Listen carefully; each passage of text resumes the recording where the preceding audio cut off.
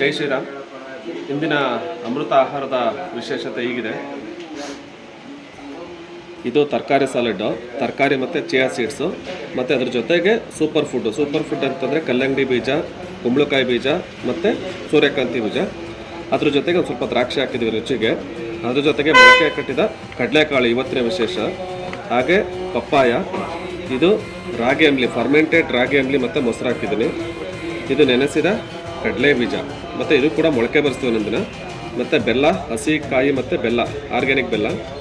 ಇದು ಖರ್ಜೂರ ಮತ್ತು ನೆನೆಸಿದ ಬಾದಾಮಿ. ಇದಿಷ್ಟು ಇವತ್ತಿನ ಅಮೃತ ಆಹಾರದ ಒಂದು ವಿಶೇಷತೆ. ಹಾಗೆ ಪ್ರತಿದಿನ ಈ ರೀತಿ ಬೇರೆ ಬೇರೆ ಒಂದೊಂದು ಕಾನ್ಸೆಪ್ಟಲ್ಲಿ ಅಮೃತ ಆಹಾರವನ್ನು ನಾವು ಕೊಡ್ತಾ ಇದ್ದೀವಿ. ಇದರ ಸದುಪಯೋಗನ ಎಲ್ಲರೂ ಪಡ್ಕೊಬೇಕು ಅಂತ ಹೇಳ್ತಾ, ಎಲ್ರಿಗೂ ಒಳ್ಳೆಯದಾಗಲಿ. ಸರ್ವೇ ಜನಃ ಸುಖಿನೋ ಭವಂತು. ಜೈ ಶ್ರೀರಾಮ್.